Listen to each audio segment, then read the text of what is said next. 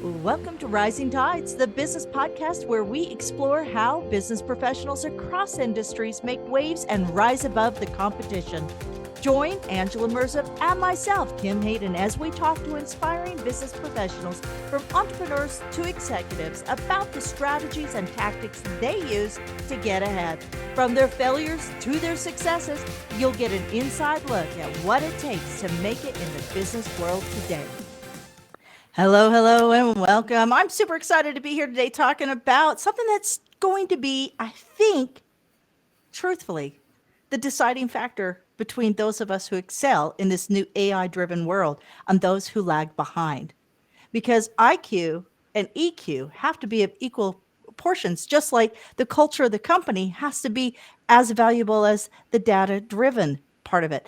And what does your brand say when it comes to the culture? Super excited to have our guest today. Maura Barclay is the CEO and founder of Changing Greatly, a data-driven talent and culture solutions consultancy that provides precision hiring. I love that, precision hiring. They say, what is that? Hire slow, fire fast. So this is going to be great to really dive into this. How do you build the team around you? With behavioral assessment and analysis, employee experience architecture, and cultural optimization through psychology, safety, and inclusivity. She is a certified change management specialist, a certified talent optimization partner, and predictive index, and a neurofacilitator. Okay, lots of big words in there. Folks. Work with the Kansas girl here. Uh, and a neurofacilitation practitioner. She has had the privilege of bringing her thought leadership to Fortune 500 companies, the U.S. military, and the International Monetary Fund, among others. She currently sits on multiple boards in their cultural advisor. Oh, I'm excited. Are you excited, Angela? This will be a good one. This will be a juicy one. This is going to Lots be to get super into here. juicy. Super juicy. So welcome to the show, Maura. Thank you so much. Hey, good morning. There's nothing better than being described as juicy. I want to actually put that in my brand. So Angela, you and I are going to talk about how to do that. I've never designed a juicy brand. I've never done that, but yeah, I love it. I love it. Especially in business, because business is lacking juice, let me tell you. Oh, totally. That's Totally. awesome. Well, it's interesting. We just had, so Angela and I are both here in Calgary, Alberta, Canada, and have worked forever together. 15 years or longer. We've built actually a $7.5 million brand together. And we just had our Convergex. Have you heard of Convergex? It's a NATO Defense Alliance panel. And it's ran by, I'm going to get you connected with the gal who runs it. It's ran by a woman. She's on 4 NATO boards. And as soon as I heard that you're like, this is so cool. Okay, I am going to be quiet. I'm actually going to turn this over to Angela because she's the one that likes to dig deep. You ready? I'm ready. Wow. Big expectations here from me. Well, I just want to welcome you to the show, Maura, of course. And, before we dig into the business side of things, we'd love to know more about you and, any kind of backstory or funny story you have. Just tell us like what has led up to now to the present day. Well, I don't, a lot of times when I talk with people, even over the phone before we had Zoom, because not to age myself, but let's just say that I grew up, my formative business years, there was no Zoom. That was a Star Trek thing. And everybody thinks I'm bigger than I am, but I'm actually a very small female human being. I'm about 5'2". And I started my crash course in understanding culture by becoming a firefighter back in the day when it wasn't as common. And I also got a crash course in, let's just call it competing values or double-edged swords, these types of things, where is one rule for the men and one rule for the women. And I really got 2 things, which was a first-hand look at the male psyche, because they did let me in. They were vulnerable in front of me.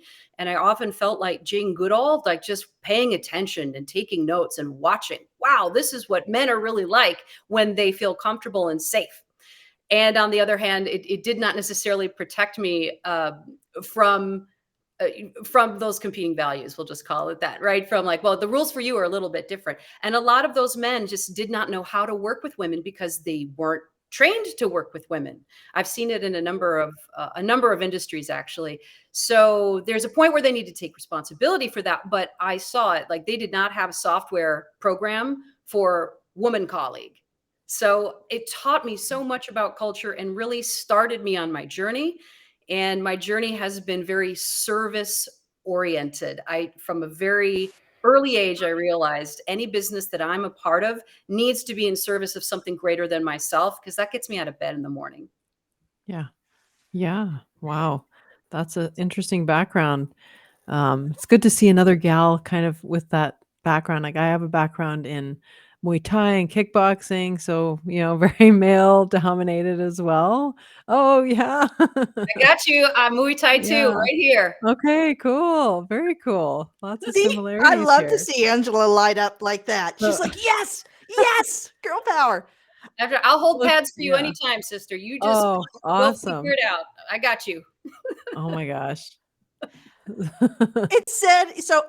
I'm literally from like that brand background that I'm the front of the house. I'm out there always, right? And that's my unfair advantage. I can walk in any room and I can start bringing people together. That's what I do and do well.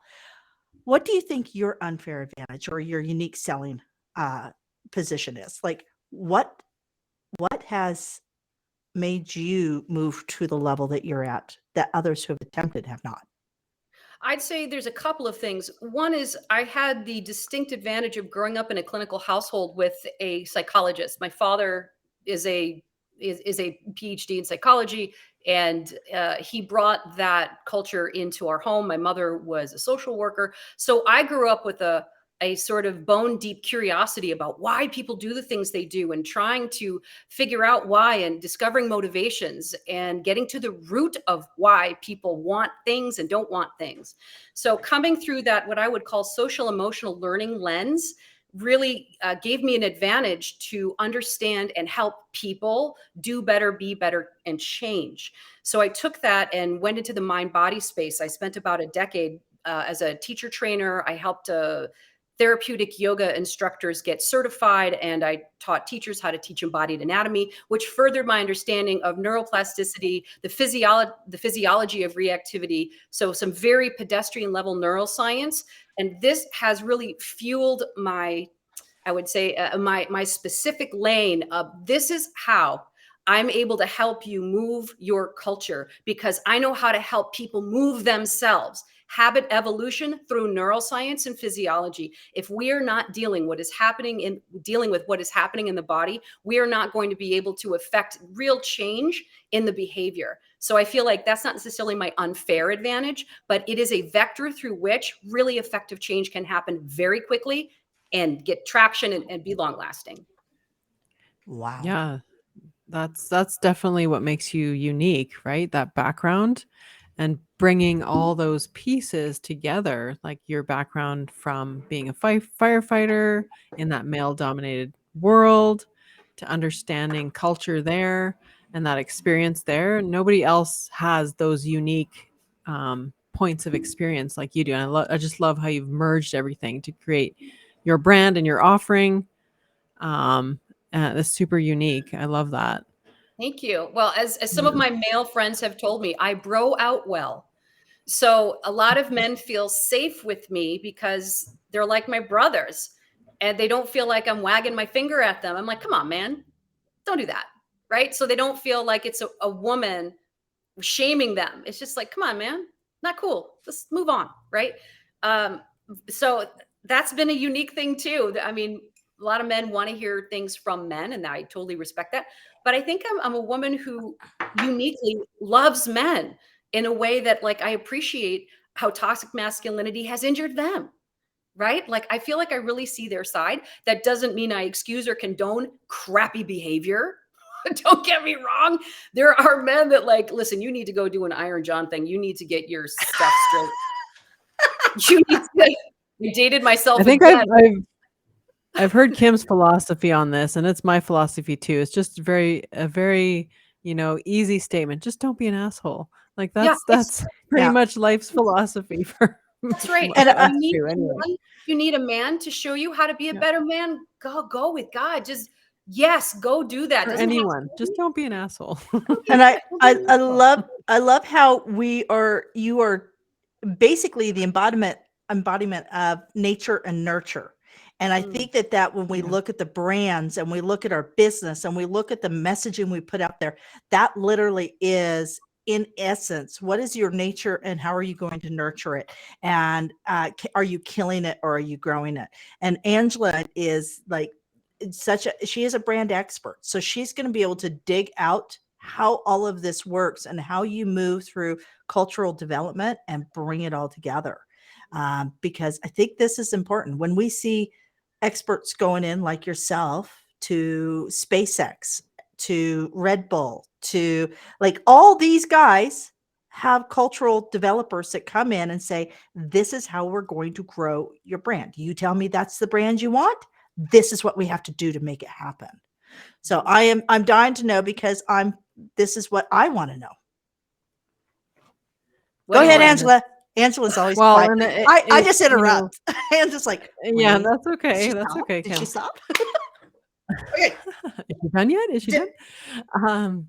Yeah, what was I gonna say, Kim? Thanks a lot. No, there's this Real sometimes folks. there's this incongruency in an organization with how they say they are and how they portray themselves externally and how they like reality, right? So I'd love to know more about that. But I always tell the companies I work with, it's like, don't tell me you're awesome, like show me you're awesome, right? It goes a longer way, like walk the walk. So what do you have to say about that when you come in to help organizations? Is that typical of what goes on? And how do you deal with that? Yeah, there's a couple of different ways to approach answering this, and I had like 3 or 4 things like blow up in my mind at once, and I'm like, all right, which one's going to be the most relevant for this question? I'll start with the following. Most organizations are oriented towards, I would say, transactional performance, output, right? The CEOs and executive team, leadership team, they're accountable for that output, those outcomes, that productivity. Now, the space that you're talking about is really more the personal innovation space of being able to have high trust environments where people are encouraged to make or have intelligent failure, right? Fail fast, pivot.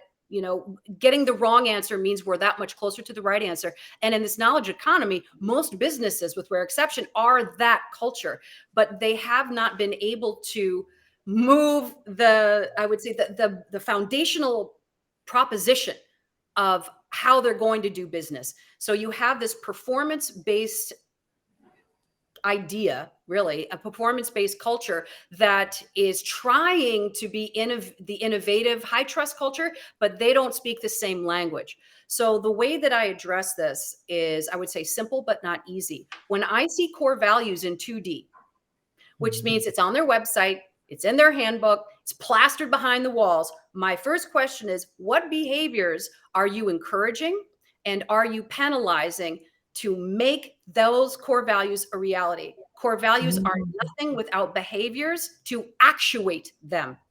So, for example, if your core value is teamwork, then my question to them is, what behaviors do you expect in order to meet that cultural that cultural commitment? That's the word. That cultural commitment. How are you committed to teamwork?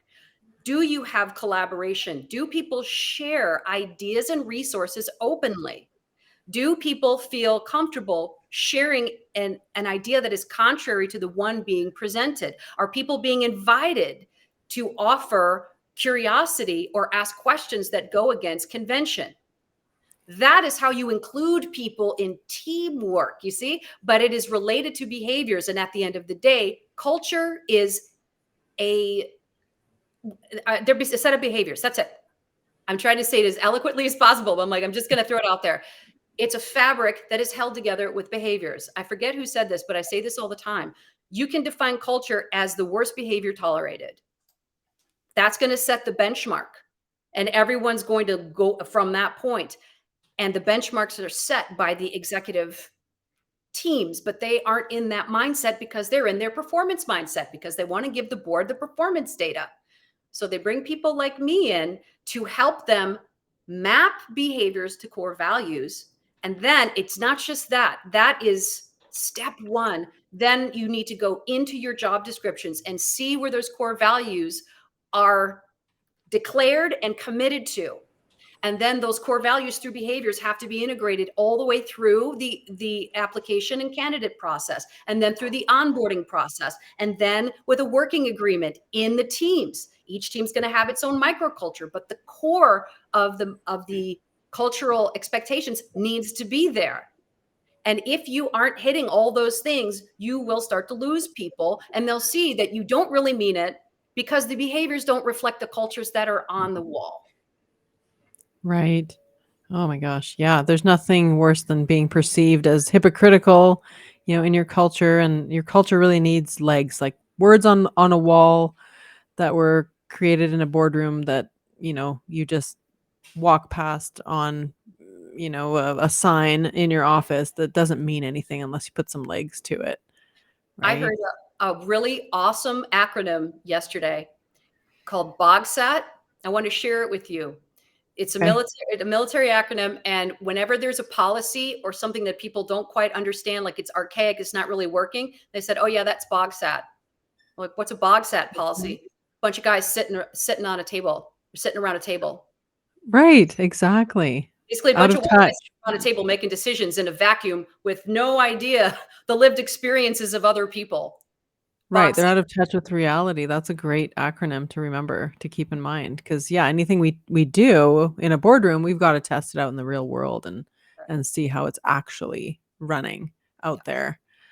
Um, so yeah, well, this gets us into the next portion, which we always ask our guests, can you share some tips, some steps that perhaps there's an organization out there that they have this culture problem. It's not coming from the top down. What they say is not who they actually are.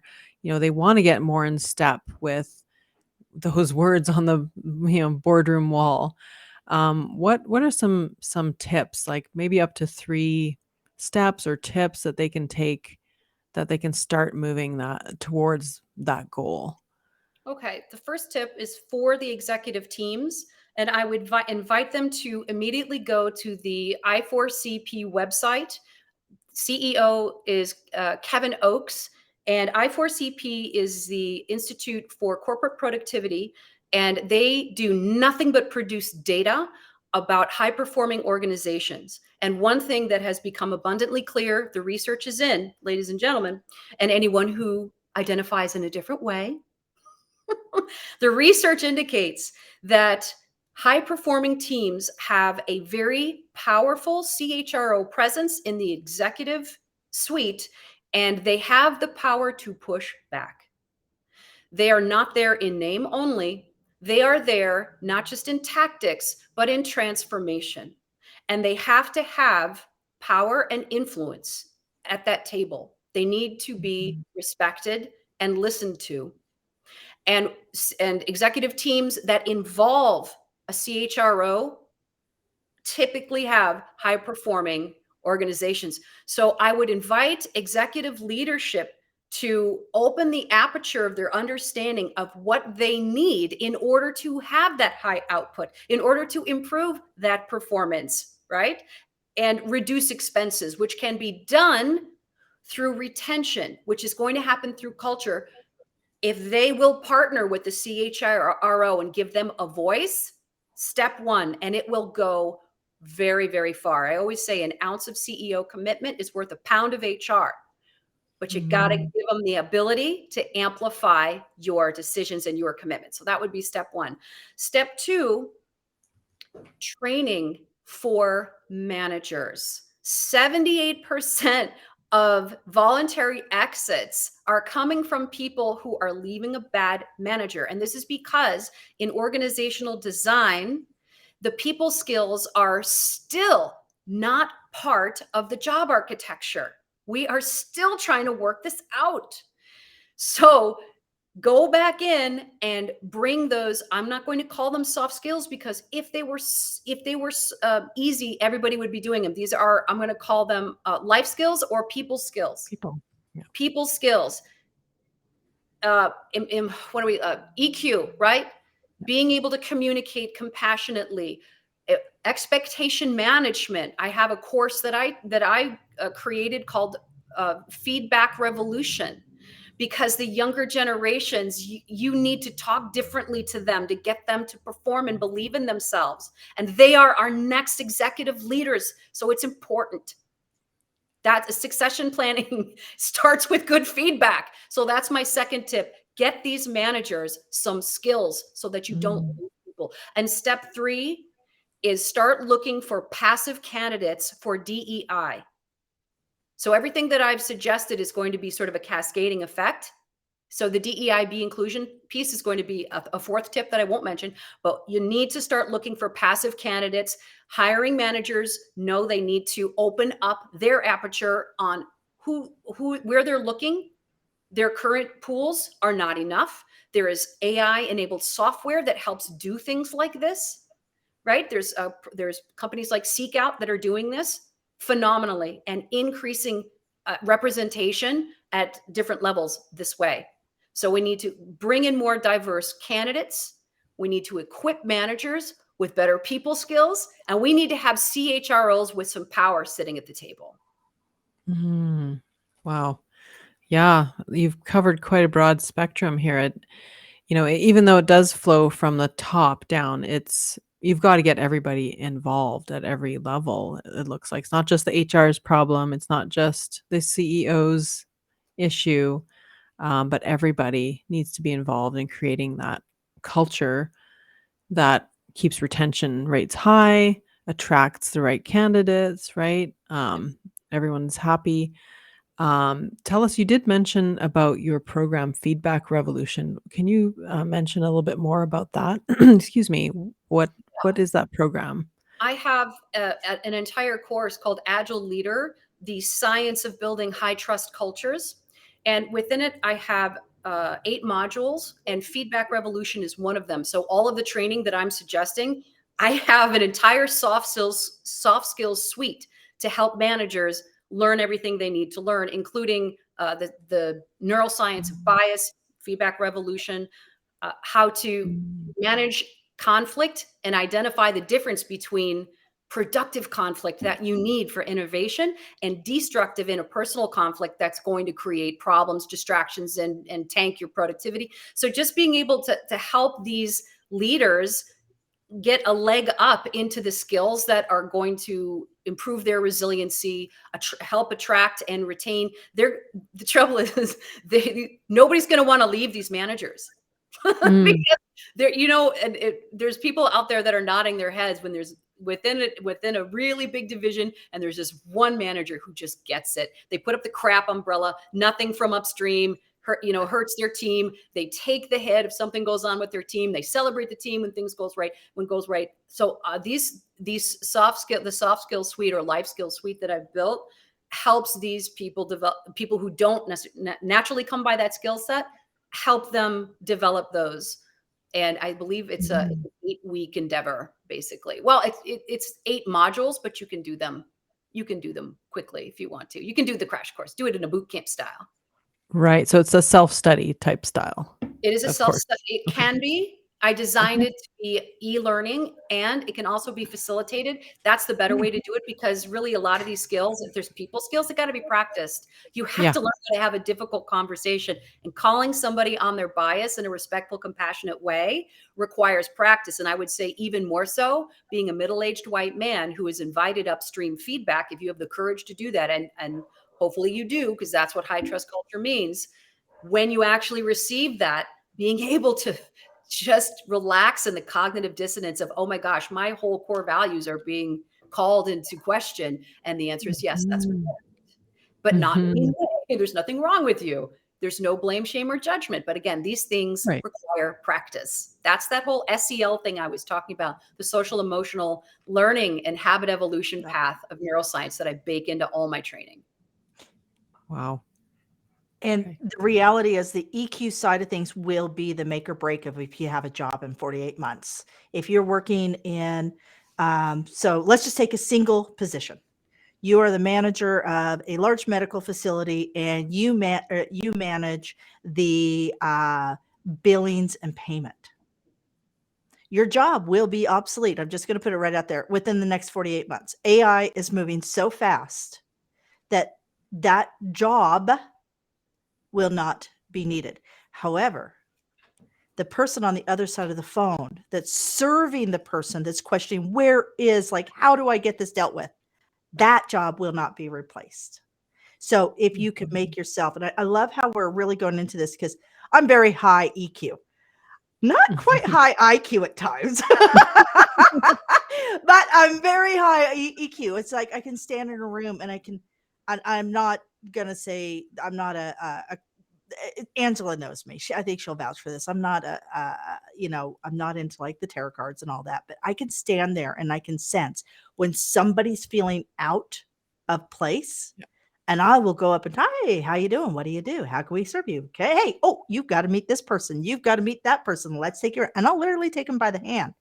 That is something that AI will not be able to replace. Correct. Right? AI will be able to replace the person checking you in with a name tag.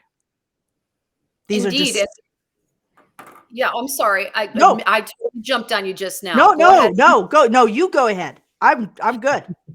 Okay, my apologies. I and I don't know if this is relevant, but I'm in a quadrant in the work styles framework that we do for talent optimization called innovation and agility. And people in my particular work style have something that we call collaborative interrupting, where we get where you're going. We're like, ooh, yes, and it's kind of a yes and also I'm Jewish, and that is just what we do. And so I usually just apologize to people. I'm like, I'm so sorry. Like, if you've ever heard a conversation at a Jewish table during dinner, No, I get it. it's this massive. Yeah. I'm Greek, so I get it. I get it. Okay, you get it. So my And apologies. I'm from a trailer park in Kansas, and I totally get it. As long as there's a potato salad and something with a marshmallow in it, the conversation's going. And I'm from the Midwest, so I get that. I'm like, I'm looking for the Jello mold with the shaved carrots. Yeah. Okay. And the Whereabouts in the maraschino. I'm Midwest? with you. Whereabouts? Absolutely. Oh, I'm for those who aren't watching, but I'm from Michigan, right here in the middle, Okay. East Lansing. Okay. So if you go south and to the left, I'm from Wichita, Kansas. Oh, okay, very good. Yeah. There I'm we from the go. Midwest too. So Yeah. and actually, honestly, Alberta and Saskatchewan and Manitoba are the Midwest of Canada. So Yeah, pretty much. basically, Alberta's basically Texas North kind of thing, right? So I've lived in Lower Canada. there's going to be a lot of people who are left behind who are going to really struggle. There's a lot of change coming. We thought the pandemic was big. Oh, dude, what's coming down the pipe over the next 24 to 48 months when the AI developers, when our commercial space is faltering, when B and C commercial space, and just so people know, we're seeing bank collapses because the money is leveraged. A lot of it's leveraged in commercial buildings, and commercial buildings are collapsing because nobody's going back to the workspace because AI is coming in and making it so. Because the pandemic said we could all work from home. This is literally a domino effect. But at the end of the day, human beings will be the deciding factor. Being human will be the deciding factor. What do you do, Maura? What is, give me an example of some of the things you do. It doesn't have to be business related, because we know that rising tides raise all ships. And you already shared your course, which is getting people in touch with that EQ, bringing that into the IQ workspace. Pavlov's law is not going to be the way that we get moving forward. Don't be people over the head hoping they'll adopt new behaviors, nurture it. So what do you do to help raise the tides for others? Well, I worked a very long time in the women's empowerment space, the intuitive empowerment space. I wrote a book called Unbreakable Woman: Compassionate Compassionate Self-Defense and Empowerment. And I wrote this book because I was doing martial arts, and I was going to, and my whole life, I've been afraid that I was going to be attacked. I'm a small woman. I started lifting weights I started lifting weights in college, and I was terrified to walk across campus by myself. I had the keys in my hand, I had my weight belt, and I was smacking it on the ground. I'm like, I pity the fool that jumps on me because we're both going to get hurt. I am not afraid to hurt you, but I don't want to. In fact, I took martial arts because I only had one move, and it wasn't a very pleasant one. And I thought, I don't want to kill anybody. If somebody makes a mistake because they're wounded emotionally and they're predating on women to take their power, that those people shouldn't have to die. They should get help. And I don't want to be the person who ends that. So I recognized that there was a real disconnect, and that men were teaching women how to fight like men. And I thought, this is not where women's power is. If women are throwing punches and kicks, they've totally bypassed all of the strength and power that we come by intuitively. So I wrote the book, number one, to help women protect themselves, but number two, to develop compassion for the broken, wounded man children that were walking around who didn't know what else to do. Compassion for them helps you avoid them, number one, Yeah. and basically pray for them. I mean, like, listen, these are innocent people who went through some terrible, terrible things. And once I started working in this way, I thought, well, wait a minute. This is not the answer, because this is a symptom. Men behaving badly is women needing protection is a symptom. So I went further down into the root, and this really comes back to my childhood of being taught, always work at the root of the problem, because this an inch of effort will take you a mile. And I recognize the problem here is men. And actually, more specifically, I want to rephrase that. The answer here is men. The solution here is men. And I can't speak to men about man stuff unless I've been invited. Only men can really do that. And frankly, I had a man tell me yesterday, it's not your job. I'm like, you're damn right it's not. And I don't want that job. I recognize the problem. So I thought, how can me as a woman who it's not my job, how can I help create more inclusion and belonging and representation in organizations? How can I contribute to that? It's my podcast, See Change. I bring on self-described rich white guys, CEOs, presidents, who have successfully brought in people of color and women into their top decision-making positions, and their businesses have flourished. They have figured out how to be active allies. They are helping other men be better men. And knowing that I can't do it, it's not my job. I'm bringing in every single voice I can think of that might resonate with the men who are sitting in homogenized teams who recognize the future but have no idea how to break free of the bro culture.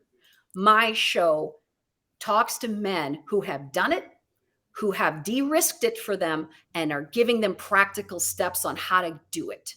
That is how I am raising up the tide for women and people of color and differently abled people and transgender, all of it. That is my way of contributing as best I can. And it just got ranked top 5 business podcasts worldwide. So far, so good. What's the, can you give me the name of that podcast again, please? See Change. C, Change. the letter C, dash Oh, the letter. change. Oh, that's clever. Thank you. I see what you did there. I see what you did there. See Change podcast. See Change Yeah. podcast, changing business culture for good. Oh, I love it. See what I did I there? love it. Yeah, and getting to the root cause is, of course, we have to do that, in this issue and what you deal with, with the organizations that you work with in changing their culture. It's like, let's get to the root cause, right? Instead of slapping a Band-Aid solution on it, Oh, and which I see podcast. a lot of times happening. That's what some people are doing. They're checking the boxes. And it's like, well, Yeah. you can continue to spend billions of dollars are spent in bias training, or you could take an afternoon and get a little uncomfortable and do the work that every single man and woman of color has been doing in millennia, adapting to you. Now Yeah, we're I think- asking you to do the work. And I know it's hard and it's time. And that's what's going to increase the performance. That's what's going to give you the output you're looking for. You have to do the changing now. Yep. It's just like in your personal life, right? You can't get to the other side of a trauma, of something that that's negatively affected you unless you go through it and you actually deal with it, right? Yep, you can't, Same. you have to surrender your way through it, and that is not a word people like. No, it's uncomfortable. It's I hate it. uncomfortable. Of I course. don't like it, and it has been the root of my success. It has been the root of everything beautiful and juicy that has come into my world. It has Juicy. been There's that word again. what's that? There's that juice. There's that word again. Juicy. It's our Back. theme. It's our theme. Well, what I'm going to ask you this now. So all this work that you do, it's got to be, at times taxing and heavy, right? So what do you do for some levity in your life? Is there something that feeds your soul? Is there, I know do you still practice Muay Thai? Is there a books that you read or courses that you take or podcasts you listen to? How do you unwind? Well, uh, almost all of the business books are part of my professional development, and because there's no MBA for culture, I do a lot of reading. I do a lot of Yeah. reading and listening to books on tape, so I don't really unwind that way. I have a very deep and rich spiritual practice, and it is just about everything you can imagine. It is a smorgasbord of Hinduism and Christianity and Judaism and Buddhism and Islam, all of the things that seem to have a universal application. All of the Buddha type figures or Christ-like figures and all of their teachings really ground me in what's important, because this work is bigger than all of us, and it is a rising tide that requires all of us to be at our higher, I should say, to be in our best versions of ourselves. God, that is so cheesy. I want to change what I just said. I would say, in order for us to bring the best of ourselves to our work, that's how the work is going to do the best for everybody. So in order for me to do that, I got to go inward. I have to go into my heart and cultivate a deep sense of reverence for, like, what's really happening is none of my business. I'm just here to do my best, and I can only do what I can do in this incarnation. I don't know how long I'm going to be on this planet. So having a deep reverence for something so much more, so much bigger and more profound than me helps ground me in, like, it's just relax. It's just planet Earth, just people. It's just, it's just, and recognize the perfection of it all. It kind of, it does lighten it up a little bit, and recognizing, okay, everything is balanced. Just because the media doesn't show us a balanced view of what's happening in the world, there is so much beauty and expansion and good and consciousness rising that is going on. There is so much happening that people are completely unaware of because it's being hidden from us. And I go Mhm. to those places and I Mm. consume that content, and it fills me with hope that all of us are our brothers and sisters, and we're all just walking each other home, and we're all really Mm. going to the same place. So if you don't want to come back and do this human trip again, you might want to work through that greed. Yeah. Way to call it. Way to call it. I'm totally with you. I'm my background is 20 years in real estate, while also doing the last 10 years in media, and the greed language. I question a lot. I'm not sure when the American dream went from apple pie and mom to owning your own jet and having 40 pairs of Pradas. So that's just me, folks. I can't wear heels even on a good day. So Not anymore. Yeah, there was a no, certain age I hit where it was an outright refusal. I'm yeah. like, nope, Nope. no, Nope.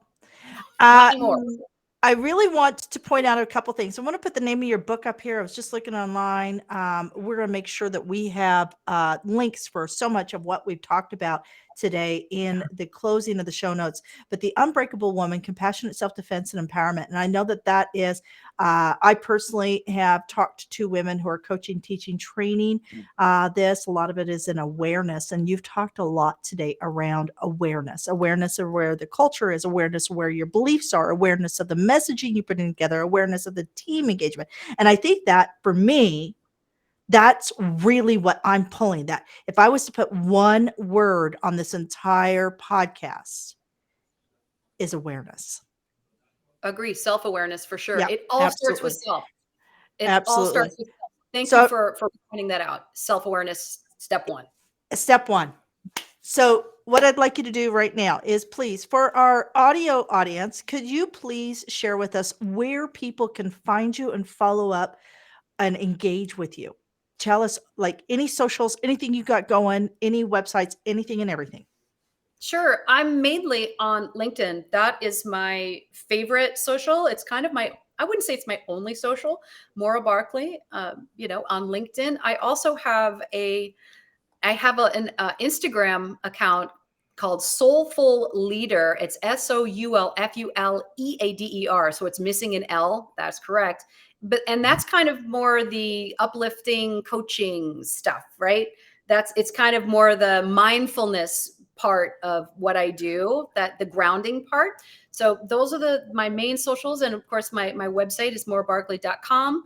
And there is an email, and you can reach out to me and my team there. So however you want to interact with me, I would say website or LinkedIn is where you're going to get me quicker. Awesome. Perfect. LinkedIn is our playground. That's where we're actually in the process of moving over to. I love it. Yeah. Yeah. So that's pretty excited about that. Yeah, Yeah. awesome. And I wanted to just call out one other thing, because I see, this show is really about women helping women.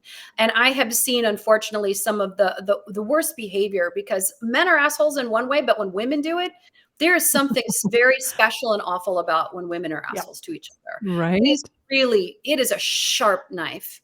I And know. it's almost, well, I don't want to get too deep into it, but let's just put it to you this way. I've seen women basically give into the bro culture, because that's the only way that they could get into the club, and they get into that treehouse and they pull that ladder right on up after them, and they do not want to see you there. They will not lift the velvet rope for you. So I would just like to give a couple of words to the women who are listening. When you are collaborating with other women, we can't afford not to help each other. So I would ask you this: if you think that you're helping women, are you rooting for them? This is that self-awareness piece. Yeah. Are you really rooting for them, or are you competing with them? There's nothing wrong with healthy competition. We will make each other better. That's the point. That's awesome. That is a good thing. Are you rooting? And if you're not, you need to spend some quiet time, and figure out, why am I insecure? Are we having a scarcity thing? When women help each other, when they root for each other, that scarcity thing goes away. I promise you. And we also need to call each other out, but do it with compassionately. We got to hold each other accountable as sisters, and we need to support and root for each other. When women root for each other, those women lift the rope. Yeah, absolutely. Ah, Absolutely. There's nothing like seeing somebody's face change when you tell them some good news. It's like, what was that? Right? Like, are you really happy for me? But yeah, I agree that women, we have to do a better job of rooting for each other, of collaborating. That's what this whole show is based on. Yeah. Right? Women helping other women, like you said. Well, as we end our time here shortly, I want to ask you one last question, and that is, what is that best piece of advice that you've been given that has really helped you go the distance in life or business, either or? Oh, gosh, I think it was twofold, if that's not a problem. The one, No. okay, yes, presume positive intent. Start there. Mm, yeah. Just presume positive intent, because you don't know what you don't know. And then just start asking questions. This could resolve half of the petty interpersonal BS that goes on. Even in marriages, presume positive intent. What did you mean, you ask? Genuinely. And the second piece of advice was, be curious and ask lots of questions, right? Just assume positive intent and then ask a bunch. Listen. That was my big lesson, and it helped me with my humility. I needed a lot of help with my humility. Yeah. My imposter syndrome was creating some ego situations, and the humility was actually came from accepting and understanding my gifts and my strengths and my own power. And the more I did that, the more curious I became. So recognize that sometimes your desire to talk is that self-doubt. Yeah, Angela, that's powerful. you know I you know feel what my favorite piece of advice I've received lately Go, Kim. Mm-mm. is from Yeah. our own Maura Barclay. A company's culture is its currency. So Oh, I love that. I love that. Gave me goosebumps. Gave me goosebumps. And remember, folks, if you don't think the stage is large enough, then go out and build a bigger stage. Be loud enough. Be loud enough. Make the stage bigger and invite everybody up on it. Everything's better at a party. Everything's better at a party. And there's So, enough to go around, right? There's enough for everybody. there's plenty. That's- That scarcity Yeah. business, that Yeah. there is an illusion, and it's a manipulation tactic to get a particular behavior. Because when people are distracted, competing against each other, then they're not paying attention to the BS you are doing. Yeah. And it comes from an insecure place. So That's right. It's misdirection. don't be that person. Don't be It's that not person. true. And if there is some sort of thing going on, then that's a culture issue. And there are Yeah. plenty of official channels that you can leverage to work that out. Amen. and there's the soundbite for the beginning of the show. There you You make go. it so easy, Perfect. Maura. Oh, you know what? Yes. We could talk. I could talk like hours. I could listen to you for hours. You are amazing, and I am excited to connect further with you. Yeah.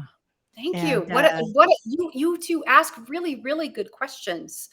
Wow, this has been We such a try. pleasure. I love your questions and I love your premise. And I'm so glad that you're out here putting those signals out for women to reassure them like cooperation is better. And let's create a model that's more sustainable where we help each other and show people how it can be. You don't and like Yeah. it. Build a and better find your opposite and love on them. Don't be afraid of them. Don't think it's something wrong with you. Just find your opposite. Find your opposite because opposites make stronger. It like really makes everything better. All right. All right. Thank you, You are a Maura. rock star. Amazing. Angela, how you You feeling? too. How you feeling, Really Angela? good. I wanna Excited, go eh? spar with Mara I someday, do. maybe. It's Hey? been a while. Let me just hold the pads for you. I have a feeling Yeah. that you would just drop me in a second. I'm only 5'5", so I'm just a little bit taller than you, but I am probably, a little bit different weight Better class yet, than let's put the roller skates and put you guys in the rink. There Now Oh, you yeah, that go. I did that I'll too. roller I skate did with that you too. all day long. I am Perfect. definitely. I'm from the '80s. Roller skating's my jam. Oh. Like that's my Oh, zone. me too. Oh my All Me gosh! right. too, You girl. guys, while we continue this love fest, we'll catch you all up on the next time. Everybody, be good to yourself, be kind, and be aware of what you're saying and how you're showing up and who you're serving.